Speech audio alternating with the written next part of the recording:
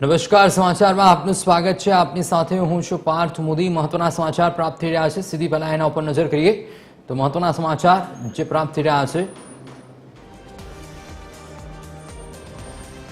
ધોરણ 12 અને ગુજકેટનું પરિણામ જાહેર થઈ ગયું છે। ધોરણ 12 વિજ્ઞાન પ્રવાહનું 83.51% અને સામાન્ય પ્રવાહનું 93.7% પરિણામ જાહેર થયું છે। વિજ્ઞાન પ્રવાહનું ગત વર્ષ કરતા 1.0% વધુ, જ્યારે સામાન્ય પ્રવાહનું ગત વર્ષ કરતા 1.14% પરિણામ વધુ જાહેર થયું છે। વિજ્ઞાન પ્રવાહમાં 92.91% વાળી સાથે મોરબી જિલ્લો મોખરે છે। ગત વર્ષે પણ આ જિલ્લાએ બાજી મારી હતી।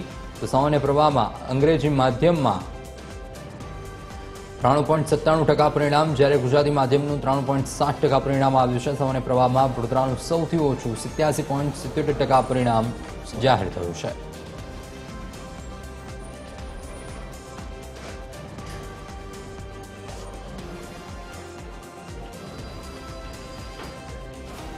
તો ધોરણ 12 વિજ્ઞાન અને સામાન્ય પ્રવાહનું પરિણામ જાહેર થઈ ચૂક્યું છે। મોરબી જિલ્લો જે સૌથી મોખરે છે, વિજ્ઞાન પ્રવાહનું પરિણામ 83.51% પરિણામ સામે આવ્યું છે। ઓવરઓલ 83.51%, જ્યારે વિજ્ઞાન પ્રવાહમાં મોરબી જિલ્લો 92.92% સાથે અગ્રેસર છે। વિજ્ઞાન પ્રવાહમાં દાહોદ 59%ના પરિણામ સાથે છેલ્લા ક્રમે છે। બોર્ડની પરીક્ષાના પરિણામો અંગે સૌથી મોટા સમાચાર જે પ્રાપ્ત થઈ રહ્યા છે। ધોરણ 12 વિજ્ઞાન અને સામાન્ય પ્રવાહનું પરિણામ જાહેર થઈ ચૂક્યું છે। બોર્ડની વેબસાઇટ gseb.org પર પરિણામ જોઈ શકાય છે।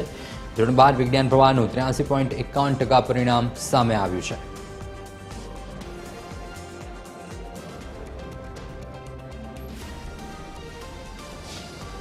આ જ અંગે વધુ વિગત સાથે સંવાદદાતા રવિ મોટવાણી મારી સાથે લાઈવ જોડાઈ ચૂક્યા છે। રવિ, શું વધુ વિગત અને વિદ્યાર્થીઓમાં કેવો આનંદ અને ઉત્સાહ છે, અને સાથે વિદ્યાર્થીઓ પરિણામને લઈને કોઈ ભવિષ્યની રણનીતિ તૈયાર કરી છે કે શું?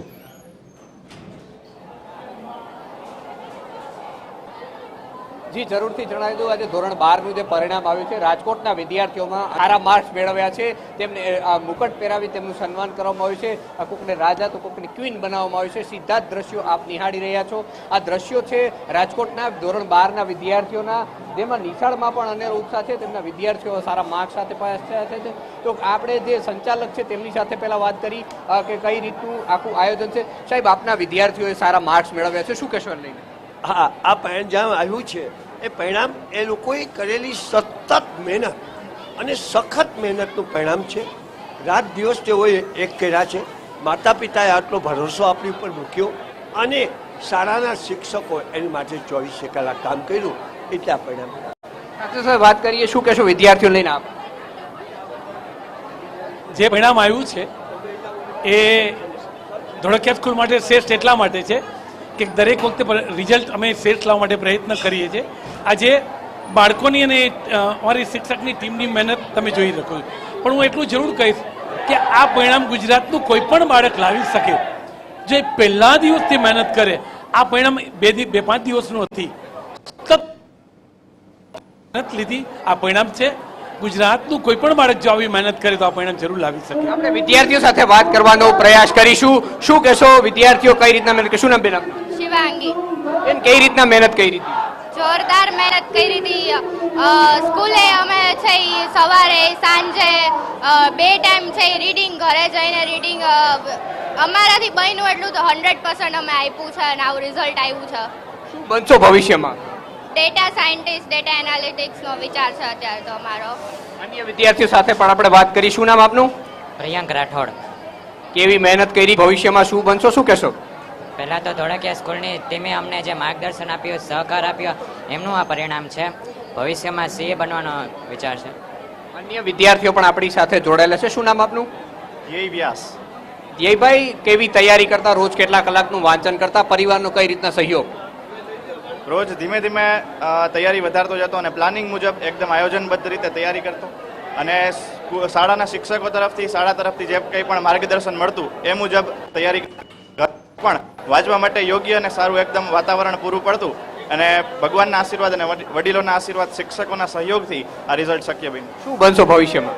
ભવિષ્યમાં સીએ અત્યારે ફાઉન્ડેશનની તૈયારી કરી રહ્યો છું। અન્ય વિદ્યાર્થીઓ પણ આપણી સાથે છે, તેમની સાથે પણ વાત કરવાનો પ્રયાસ કરીશું। શું કહેશો, શું નામ આપનું?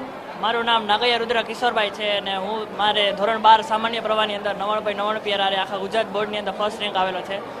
અને મારે 700માંથી કુલ 678 માર્ક્સ આવેલા છે અને અર્થશાસ્ત્ર, આંકડાશાસ્ત્ર અને નામાના મૂળ તત્વો આ ત્રણેય વિષયની અંદર મારે 100માંથી 100 માર્ક્સ આવેલા છે. શું બનવું છે ભવિષ્યમાં તમારે? ભવિષ્યમાં મારે યુપીએસસી પાસ કરીને આઈએએસ તરીકે મારું કરિયર પરસ્યુ કરવા માંગુ છું. પરિવાર અને શિક્ષકનો કઈ રીતના સહયોગ?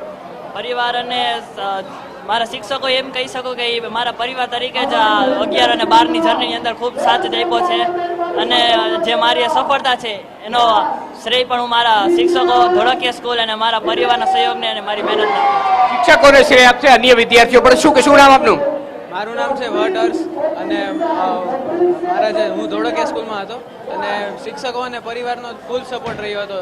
કોઈ પણ સમયે મારે વિષયમાં કે એમાં તકલીફ આવે ને તો શિક્ષકો તરત જ રિપ્લાય આપે અને ખૂબ જ સારો સપોર્ટ રહ્યો હતો. કઈ રીતના મહેનત કરતા, શું કહેશો? મહેનત એવું હતું કે સવારે સ્કૂલે હોય અને પછી બપોરે પણ સ્કૂલે જવાનું હોય અને પછી સાંજે ખુદની રીતે મહેનત કરવાની, વાંચવાનું, લખવાનું અને પ્રેક્ટિસ કરવાની. અન્ય વિદ્યાર્થી પણ છે, શું કહેશો બેન? શું નામ આપનું? ધાર્મી. બેન, કઈ રીતના તૈયારી કરતા, શું કહેશો? અમે આખો દિવસ સ્કૂલે જ વધારે મહેનત કરેલી છે. આ હતા વિદ્યાર્થીઓ કે સતત ભણવાનું ચાલુ રાખતા. સાથે સાથે શિક્ષકોની વાત કરીએ, શાળાના આચાર્ય તેમણે પૂરતો સહયોગ કર્યો છે, જેને લઈ આ વિદ્યાર્થીઓ સારા પરિણામ મેળવ્યા છે અને વિદ્યાર્થીઓમાં આવા પરિણામને લઈ અનેરો ઉત્સાહ જોવા મળી રહ્યો છે. આપ સીધા જ દ્રશ્યો નિહાળી રહ્યા છો. જે વિદ્યાર્થીઓ સારા માર્ક મેળવશે તેમને ક્વીન માનવામાં જી બિલકુલ રવિ, સમગ્ર માહિતી બદલ આપનો આભાર. તો રાજકોટથી સંવાદદાતા રવિ અમારી સાથે લાઈવ જોડાઈ ચૂક્યા છે. વિદ્યાર્થીઓનું પરિશ્રમનું પરિણામ આખરે આવી ચૂક્યું છે અને ક્યાંક ખુશી તો ક્યાંક ગમનો માહોલ પણ છે, કારણ કે ઘણી વખત એવું થાય વિદ્યાર્થીઓ ધાર્યું હોય એટલું પરિણામ ન આવ્યું હોય અને ઘણી વખત ન ધાર્યું હોય એના કરતાં પણ વધારે પરિણામ આવતું જોવા મળે છે. અને ઘણા વિદ્યાર્થીઓ જેણે મીડિયા સાથેની વાતચીતમાં કરી તો ઘણા વિદ્યાર્થીઓ એવું પણ કહ્યું છે કે અમે ધાર્યું તો આટલું ને એના કરતાં વધારે પરિણામ આવ્યું છે. તો પરિશ્રમનું પરિણામ આખરે આવી ચૂક્યું છે. ધોરણ 12 સાયન્સ અને વિજ્ઞાન પ્રવાહનું પરિણામ જાહેર થઈ ચૂક્યું છે.